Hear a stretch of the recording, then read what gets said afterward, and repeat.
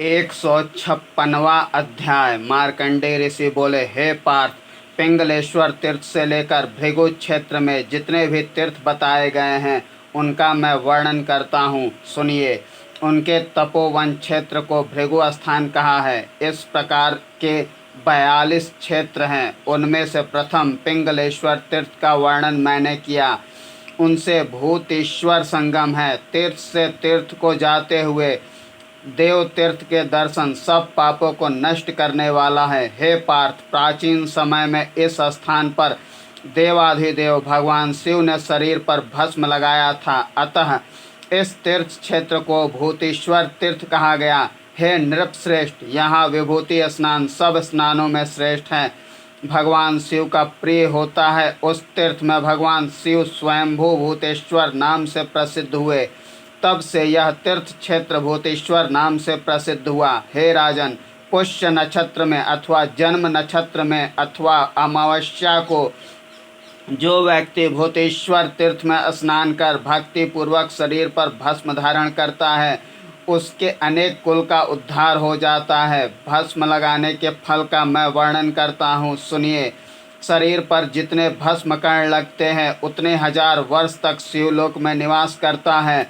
सभी स्नानों में भस्म स्नान श्रेष्ठ है। पुराणों में ऋषियों ने तथा सब शास्त्रों में इसकी प्रशंसा की गई है। दिन में 1 बार, 2 बार अथवा 3 बार जो मनुष्य आग्नेय स्नान करता है उसके सारे पाप नष्ट हो जाते हैं। दिव्य स्नान से वायव्य स्नान श्रेष्ठ कहा गया है। वायव्य से ब्रह्म, ब्रह्म से वारुण, वारुण से आग्नेय श्रेष्ठ है, ऐसा भगवान शिव ने कहा है। अतः आग्नेय स्नान करना चाहिए। युधिष्ठिर जी बोले, आग्नेय, वारुण, ब्रह्म, वायव्य दिव्य स्नान क्या है? मैं सुनना चाहता हूँ। इनको जानने के लिए मुझे अत्यंत जिज्ञासा है। मार्कंडेय ऋषि बोले, भस्म धारण करना या उससे स्नान करना आग्नेय स्नान कहा जाता है। जल से स्नान करना वारुण स्नान। अपोहिष्टा भयो भुवः, इस मंत्र से सिर पर जल सिंचन करना ब्रह्म। गोरज से स्नान करना वायव्य। सूर्य को देखकर सूर्य किरणों से स्नान दिव्य कहा गया है। यह गंगा जल स्नान के समान है। हे युधिष्ठिर, दिव्य 5वां स्थान कहा गया है। अतः मनुष्य सब प्रयत्नों से भूतेश्वर तीर्थ में स्नान कर भगवान शिव की पूजा करे। इस स्थान पर भगवान महेश्वर का जो नित्य ध्यान करता है वह धन्य है। यह तीर्थ क्षेत्र मुक्ति क्षेत्र है और सब तीर्थों में श्रेष्ठ है। दर्शन मात्र से मनुष्य के पाप नष्ट हो जाते हैं। पूजन करने से राज्य प्राप्ति, स्तुति करने से वाणी की श्रेष्ठता प्राप्त होती है। जप से पाप शुद्धि, दान से धनी, विद्यादान से ज्ञानी होता है। ज्योति रूप आदि मध्य अंत से रहित, सब प्राणियों में स्थित, शांत, सर्वव्यापक, सर्वलोकेश्वर, शुद्ध, ज्ञान गम्य को मैं स्मरण करता हूँ। जो मनुष्य इस तीर्थ क्षेत्र में भक्ति पूर्वक पंचभूतों में लगाता है तथा भक्ति पूर्वक श्राद्ध में ब्राह्मणों को भोजन कराता है, पंचामृत से भगवान शिव का अभिषेक करता है, अंत में शिव लोक को प्राप्त करता है। 157वां अध्याय।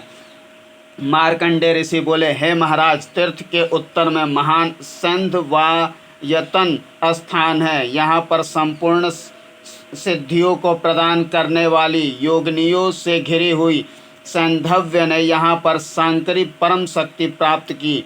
वहीं पर सामने पुण्य लक्षण कृप शक्ति, फल, पुष्प, अक्षत, चंदन, कुमकुम सहित अर्ध्यदान से इच्छित फल प्राप्ति होती है। नर्मदा जल में योगिनियाँ विचरण करती है तथा वहाँ शक्तियाँ क्रीड़ा करती हैं। सैंधवा देवी सभी कष्टों का निवारण करने वाली है। यह सभी नर नारियों से पूजित हैं। वही वैष्णवी, पराशक्ति, ब्राह्मी, सांकरी है। इनकी पूजन मात्र से वांछित फल की प्राप्ति होती है। विविध उपचार जैसे पंचोपचार, षोडशोपचार से धूप, दीप, अर्घ, स्तुति, तांबूल, वस्त्र आदि से परमेश्वरी का पूजन करना चाहिए। यही परम शक्ति है। विस्तार से क्या वर्णन करें। यह तीनों लोकों में प्रसिद्ध है। यही तीनों लोकों की जननी है। 158वां अध्याय। मार्कंडेय ऋषि बोले, इसके पश्चात 100 कदम की दूरी पर च्युतेश्वर नामक तीर्थ है। वह गंगा वाह और शंखोद्वार नाम से भी प्रसिद्ध है। नर्मदा तट पर भृगु तीर्थ के समीप पर पाप से पीड़ित गंगा जी ने आकर 100 वर्ष तक व्रत करते हुए पाप रहित जगत योनि भगवान नारायण का ध्यान किया। स्वयं का श्रेष्ठ स्थान भगवान विष्णु के चरण कमलों से उत्पन्न गंगा जी ने भगवान विष्णु की प्रार्थना की। तब भगवान जनार्दन ने आकर कहा। श्री भगवान बोले, हे गंगे, आपकी तपस्या से मैं प्रसन्न हूँ। हे शुभे, बताइए आप मुझसे क्या चाहती हैं। गंगा जी बोली, आपके चरण कमलों से मेरी उत्पत्ति हुई। सभी देवताओं से पूजित हे लोकेश, राजा भगीरथ ने कठोर तप कर और आपकी तथा भगवान शिव की आराधना कर पृथ्वी पर अवतरित किया। आपके तथा भगवान शिव के वचनों से मैंने पृथ्वी पर अवतार ग्रहण किया। जो मनुष्य ब्रह्म हत्या, गुरु तल्पग, माता पिता को त्यागने वाला, स्वर्ण की चोरी करने वाला, गौ हत्या करने वाले, प्राणियों की हिंसा करने वाले, अगम्य में गमन करने वाले, अभक्ष को भक्षण करने वाले, असत्यवादी, विश्वासघात करने वाले, ब्रह्म शाप से शापित, आत्मा का हनन करने वाले ब्राह्मण, नियम रहित, गुरुजनों से छोड़ दिए गए, कृतघ्न, करुणा रहित, शास्त्र संध्या कर्म से रहित ब्राह्मण, इस प्रकार के पाप कर्म में रत व्यक्ति भी मेरी आराधना करने से पाप मुक्त हो जाते हैं। इसलिए मैं नर्मदा तट पर आपकी प्रार्थना कर रही हूँ। ऐसा कीजिए जिससे मैं पवित्र होकर कल्याण प्राप्त करूं। गंगा जी के इस प्रकार प्रार्थना करने पर भगवान बोले, हे शुभे, आपका कल्याण हो, तुम पाप रहित होकर सुखी रहो। मैं भी यहाँ भगवान शिव की सहायता करते हुए निवास करूँगा। हे गंगे, आप भी मेरे साथ रेवा तट पर निवास कीजिए। मेरे चरणों को प्राप्त कर त्रिपथगामिनी बनो। जब वर्षा काल में नर्मदा में बहुत जल होगा, मेरे पैर एवं हाथ में रखा हुआ शंख डूब जाएगा। तब आप तीर पर स्थित मेरे में व्याप्त हो। तब वैष्णव संज्ञक पर्व उसके सदृश कोई भी नहीं है।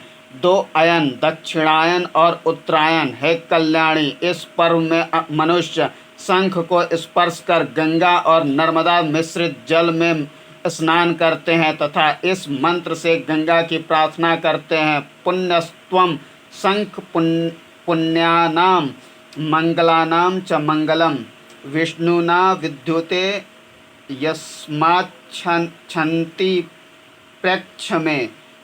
शंख प्रार्थना मंत्र।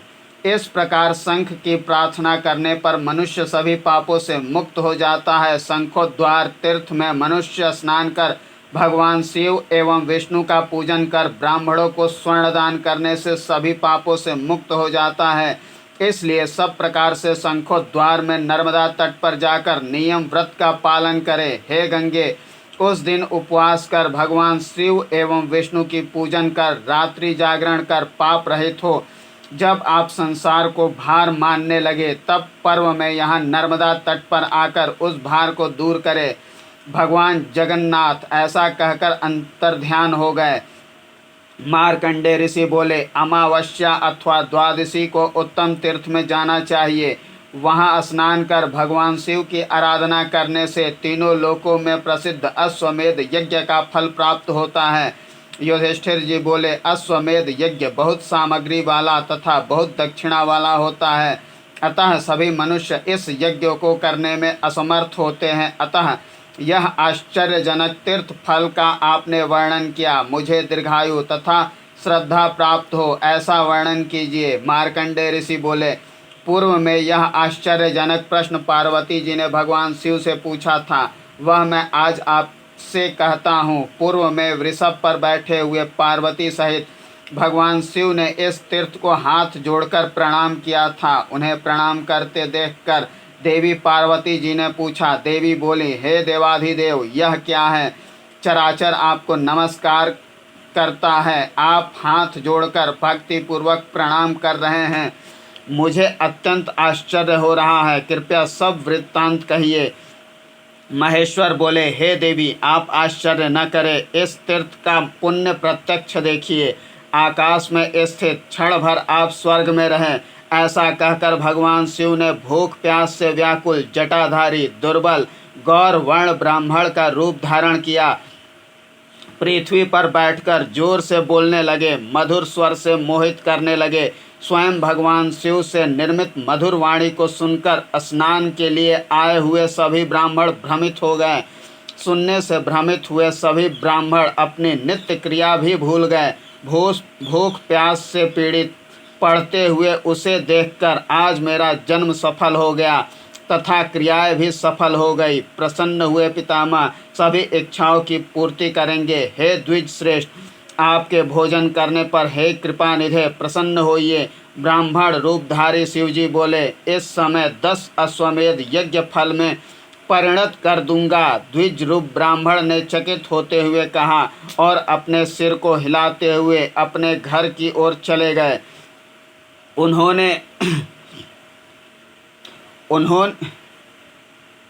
ही बहुत से ब्राह्मणों को निमंत्रित किया। संदेह से युक्त पुराण के अर्थ को नहीं जानते हैं। कोई तत्वविद विद्वान ब्राह्मण पुराणार्थ को जानता है। द्विज रूपधारी शिव जी को निमंत्रित किया। उसी प्रकार देवेश को कहा, पुराणोक्त सत्य को मन में चिंतन कर वेद स्मृति पुराणों में जैसा कहा है वैसा ही सत्य है ऐसा निश्चय कर। हंसते हुए वह ब्राह्मण बोला, हे ब्राह्मणों, मेरे आगमन की आप प्रतीक्षा कीजिए। 10 अश्वमेध से अधिक श्रेष्ठ है। ऐसा कहकर वह ब्राह्मण चला गया। पुराणोक्त विधि से कपिला गौदान देने का संकल्प किया। वह पुनः वहां आया जहां वह ब्राह्मण स्थित था। वहां आकर ब्राह्मण बोला, अश्वमेध मैंने प्राप्त कर लिया है। हे ब्राह्मण श्रेष्ठ, उठिए, भोजनार्थ उठिए। ब्राह्मण के ऐसा कहने पर भगवान शिव विस्मित नहीं हुए। ब्राह्मण ने कहा, गोदान से उत्पन्न फल का वर्णन कीजिए। हे द्विज श्रेष्ठ, महासामग्री और श्रेष्ठ विधि से युक्त धन अन्न दान और बहुत दक्षिणा से युक्त अश्वमेध सदृश कैसे हुआ? ब्राह्मण बोला, इसमें आप ज़्यादा विचार न करें। मैंने यज्ञ किए हैं। यदि वेद पुराणोक्त वाक्य संदेह रहित होते हैं, बहुत सोच विचार करने पर भी कोई उत्तर प्राप्त नहीं हुआ। ब्राह्मण सनातन के बारे में सोचता हुआ घर आया। भक्ति पूर्वक ब्राह्मण के पास आकर पाद्य अर्ध से अर्चना की और उन्हें यथाविधि षड्रस भोजन प्रदान किया। सर्वलोकमय शिव जी के भोजन करने पर आकाश से उनके सिर पर पुष्प वृष्टि होने लगी। शिव जी बोले, हे ब्राह्मण श्रेष्ठ, मैं प्रसन्न हूँ, वरदान मांगिए, अदय भी दूंगा। ब्राह्मण बोला, हे देव, यदि आप प्रसन्न हैं और वरदान देना चाहते हैं तो संसार के उपकार के लिए मुझे यह वरदान दीजिए, आप सदा यहाँ निवास करें। स्वयं को प्रकट करते हुए भगवान शिव जी ने कहा, 10 अश्वमेध से अधिक फल प्राप्त होगा। शिव जी बोले, दिव्य विमान में आरूढ़ होकर 10 अश्वमेध यज्ञ करने वाले पुण्यवान लोक को जाइए। इस प्रकार कहने पर भगवान शंकर सहित विमान में आरूढ़ होकर जहाँ देवगढ़ थे वहाँ गया। देवता भी ब्राह्मण को देखकर विस्मित हुए। प्रसन्न नेत्रों से पार्वती बोली, शिवा बोली, यह असमंजस सत्य कैसे हुआ, यह कहिए। बहुत से लोग स्नान करते हैं किंतु जैसे इन्हें स्वर्ग प्राप्त हुआ वैसा नहीं, यह कैसे? मुझे अत्यंत आश्चर्य है। ऐसा कह हंसते हुए भगवान बोले। शिव जी बोले, वेद वाक्य में, पुराणों के अर्थ में, स्मृतियों में, ब्राह्मणों के वचनों में विस्मय नहीं करना चाहिए। पुराणों में जो कहा जाता है वह असंभव है, ऐसा मूढ़ धर्म निंदक ही कहते हैं। नास्तिक मर्यादा रहित, उन्हें सिद्धि प्राप्त नहीं होती। आस्तिकों को ही उत्तम सिद्धि प्राप्त होती है। पुराण 5वें वेद हैं। यह ईश्वर की आज्ञा है। उनकी आज्ञा के अनुसार ही कार्य करना चाहिए। इसमें किसी प्रकार का विचार नहीं करना चाहिए। मार्कंडेय ऋषि बोले, हे देवी, शिव जी के मुख से पवित्र उत्तम विचित्र सर्व पाप नाशक नर्मदा के उत्तर तट पर स्थित तीर्थ का आख्यान सुनकर मार्कंडेय ऋषि बोले, यह 10 अश्वमेध सर्व तीर्थों में शुभ, सब गुणों से युक्त, महापातकों को नष्ट करने वाला, स्नान मात्र से 10 अश्वमेध यज्ञ का फल देने वाला होने से सरस्वती भी वहां आई। पुण्य पवित्र नदियों में श्रेष्ठ, जिसके नाम मात्र से सारे पाप नष्ट हो जाते हैं। पूर्व में पूर्व में ब्रह्मा जी ने यहाँ भगवान शिव की स्थापना की थी। अपने अंश के साथ इस तीर्थ में स्थित हुए यहाँ स्नान मात्र से मनुष्य स्वर्ग प्राप्त करते हैं तथा पुनर्जन्म नहीं होता। इस दशाश्वमेध तीर्थ में ब्रह्मचर्य धारण करते हुए भगवान देवाधिदेव शिव की आराधना कर वर्ष भर में होने वाले पापों को नष्ट करने के लिए आश्विन शुक्ल दशमी को यहाँ तीर्थ में स्नान के लिए आते हैं। रात में उपवास एवं जागरण कर भगवान शिव की आराधना करने से प्रातःकाल पाप रहित होकर अपने स्थान को गमन करते हैं। युधिष्ठिर जी बोले, सरस्वती महापुण्यप्रद नदियों में श्रेष्ठ इस दशाश्वमेध तीर्थ क्षेत्र में स्नान करने के लिए आती है। मार्कंडेय ऋषि बोले, अश्विन मास में दशमी तिथि श्रेष्ठ है। दशाश्वमेध में आश्विन शुक्ल दशमी तिथि शुभ है। इस तीर्थ क्षेत्र में जो मनुष्य तर्पण करता है, उपवास करते हुए देवताओं की तथा शिव जी की आराधना करता है, सरस्वती का पूजन करता है, नमो नमस्ते देवेशी ब्रह्मपुत्री जगद्विते कुरु पाप क्षयम में ध संसारात माम समुद्धर।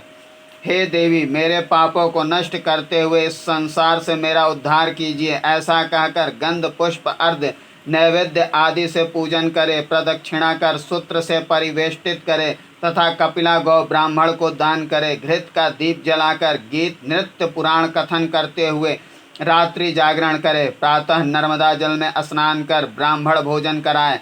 दशाश्वमेध में स्नान करने से अभृत स्नान का पुण्य फल प्राप्त होता है और इंद्रलोक की प्राप्ति होती है। हे युधिष्ठिर, दशाश्वमेध महात्म्य का संक्षेप में वर्णन किया।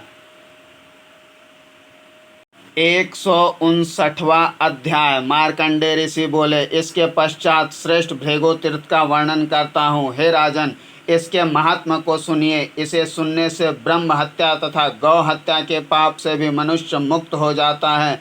इस तीर्थ में वृक्ष खात प्रसिद्ध है। प्राचीन समय में भृगु जी ने यहाँ तपस्या की थी।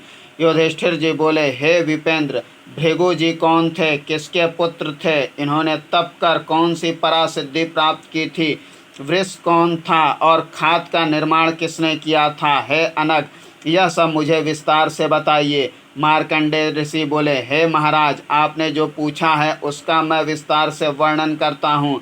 ब्रह्मा जी के 6 मानस पुत्र थे। उन्होंने 1000 दिव्य वर्ष तक दुर्बल, निराहार, काष्ठ या पाषाण की तरह स्थित रहते हुए इस उत्तम तीर्थ क्षेत्र में कठिन तप किया। किसी समय देवाधिदेव भगवान शिव पार्वती सहित उस मार्ग से निकले। वहाँ मार्ग में महात्मा भृगु को वाल्मीकि के मध्य देखा। उस वाल्मीकि को देखकर पार्वती जी ने पूछा, हे प्रभु, यह क्या है। महेश्वर बोले, हे देवी, ये ब्रह्मा के मानस पुत्र भृगु ऋषि हैं। मन में कुछ सोचकर कठिन तप कर रहे हैं। 1000 दिव्य वर्ष से ये मेरा ध्यान कर रहे हैं। ऐसे वचन सुनकर क्रोध पूर्वक भगवान शिव को पार्वती जी बोली, हे वृषभ ध्वज, आप वास्तव में उग्र हैं, निर्दयी हैं। आप प्राणियों से कठिनाई से आराध्य हैं। दिव्य 1000 वर्ष तक आपका ध्यान कर रहे ब्राह्मण को आप वरदान नहीं दे रहे हैं। यह सारा जगत देवताओं के अधीन है और देवता मंत्रों के अधीन हैं और मंत्र ब्राह्मणों के अधीन हैं। अतः देवताओं और आपके द्वारा ब्राह्मण पूजनीय हैं। इस प्रकार कहे गए भगवान शिव जी हंसकर माता पार्वती से बोले। शिव जी बोले, गर्व से स्त्री, क्रोध से तप और क्षुद्र के अन्न से द्विजाति नष्ट होती है। अधिक क्रोध से सिद्धि नहीं होती है। यह ब्राह्मण अधिक क्रोधी है, इसलिए इसे सिद्धि नहीं होती। पाप असंग वर्ग है, क्रोध उससे अधिक हानिप्रद है। लोभ से भी सिद्धि नहीं होती। यह वेद वाक्य आप जान लीजिए। इसमें 1000 या लाख वर्ष कारण नहीं है। इस प्रकार ब्राह्मण के क्रोध से उत्पन्न चारित्र ही कारण है। हे देवी, आप इसी समय क्रोध का प्रमाण देखिए। इस प्रकार कहे गए महादेव जी ने अपने वृष को स्मरण किया। वृष रूप वृष ही भगवान धर्म है।